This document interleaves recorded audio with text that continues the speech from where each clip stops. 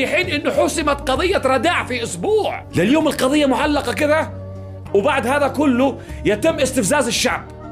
في النهاية تكتشف انه تم حبس والد جنات. الاب مقهور ضابح وزدت في الحبس. معاك مفسد في الارض. لا تستفزوا شعب كامل، لا تهينوا شعب كامل بهذه التصرفات. امس يغتصب عرضكم، واليوم يحبس والد الطفلة إلى أن يوقع على الحكم 15 سنة غصبا عنه بالإكراه، وأنتم صامتون.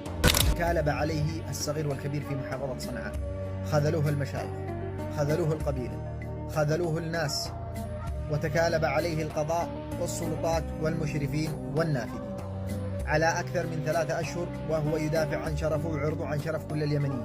يحبسوا الرجال، يحصل حالة استفزاز للناس. كانت القضية بدأت تهدأ شوية والناس مستنين الاستئناف، رجعتوها من جديد ورجع الترند من جديد ورجعنا في نفس العصيدة من جديد. ولكن توصل كمان انه يحبس ابوها. يعني انا بنتي تعمل فيها كده وفي النهاية انا اتحبس. احنا اليمنيين ما نقبل ولا يمشي معنا هذا القانون. من 3 سنين لا يقل عن ما يمشيش معانا. احنا شعب مسلح. اللي هيحصل الآن تداعياته خطيرة إذا أنتم فاهمين. من هنا ورايح أي واحد يتعمل في ابنه أو بنته كده ما هيبلغش، مش هيبلغ، هيروح يبلغ ويروح يلاحق زد ويتطرطر ويتضرب في المحكمة ويتحبس. هيروح ياخذ حقه بنفسه. يا جماعة الخير، اغتصب ابني أو بنتي. أنا عني شخصيا علي الحرم ما أصير أبلغ، علي الحرم لا أذبح من الوريد للوريد.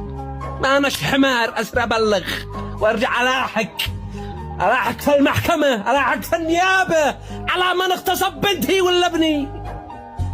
معاك مغتصب يتم إعدامه شرع الله، مفسد في الأرض، يقتلوا أو يصلبوا أو تقطع أيديهم وأرجلهم من خلاف. لا تهينونا بهذه التصرفات، لا تستحقرونا، لا تذلونا بهذه الأفعال. نرجو من فخامتك ومن سيادتك أن تقوم بالإفراج عن الرجل وأن يعود إلى منزله. نتمنى ذلك. أب مقهور مكلوم قلبه بيوجع وتعبان، خرج منه كلمة كلمتين، أعطيه تحذير ووري الناس أن أنت أكبر من هذا الموقف، وأن أنت أب روحي، وأن أنت فاهم الحالة النفسية اللي هو كان فيها، وخلاص. كونوا أكثر حكمة، كونوا أكثر حكمة. يعني أنت ما تحملت كلمتين قالها، كلمة زعل أنت ما تحملتها وهي كلمة. هي تخيل هو اللي حصل في بنته كذا.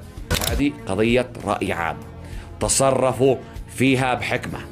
شوف كانت الترندات الماضية وغضب الشعبي عشان الحكم، الآن صرنا في حبس أبوها، يلا خذ لك، ويفضل الملف هذا يتفتح ويتقفل ويتفتح ويتقفل لما يشوه صورة الجميع.